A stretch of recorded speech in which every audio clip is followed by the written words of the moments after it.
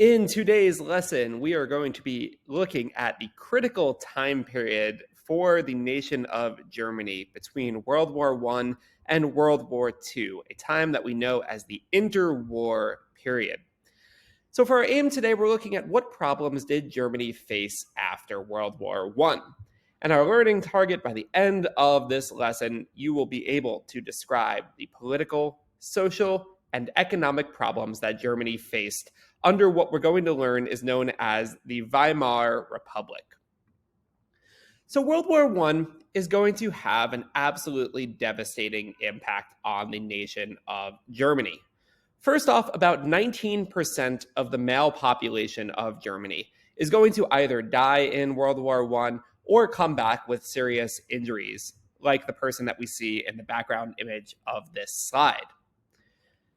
And additionally, the population back in Germany is going to face a severe famine, a shortage of food, resulting from the punishments put in place by the Allied powers at the end of World War I, who set up a blockade that stopped any food or supplies from coming into Germany to further punish them as part of the Treaty of Versailles.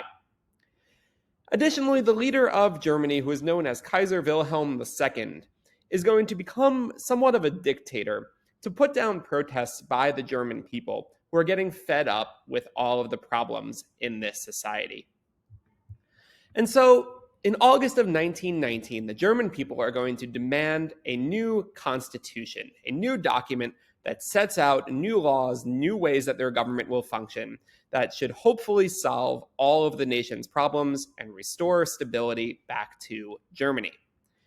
And this is going to create a new democratic government, getting rid of this old system of monarchy and putting in place elected officials where the people have a say. And this new government is going to be known as the Weimar Republic, after the city of Weimar, Germany, in which this document was signed. And so things are looking bright for the nation of Germany. But it soon proves to be a failed experiment.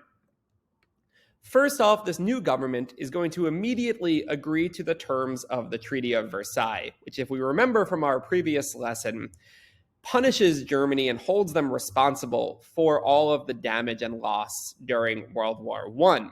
It was seen as incredibly unfair by the average Germans and had huge impacts on the German economy and German society, as well as embarrassing Germany in front of the entire world.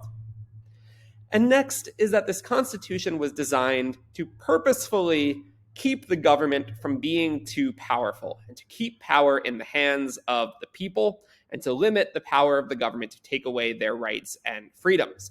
But that proves to be not what Germany needed at this time, as it leaves the government unable to solve any of those huge problems that the nation is facing.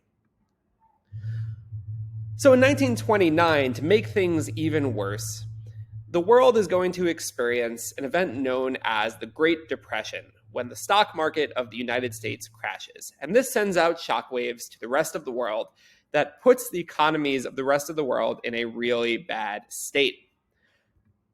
And so the value of the German currency, which was known at the time as the mark, is going to fall dramatically, which causes something that we know as hyperinflation, which you'll investigate a little bit more in today's activity.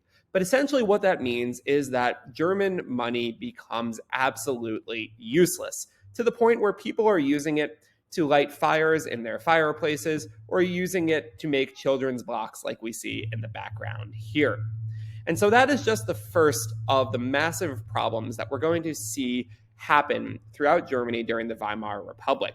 So we're going to investigate that a little bit further in today's lesson, and you'll get to see just why the Weimar Republic was a failure and why it laid the groundwork for the next leader of Germany who would come soon after.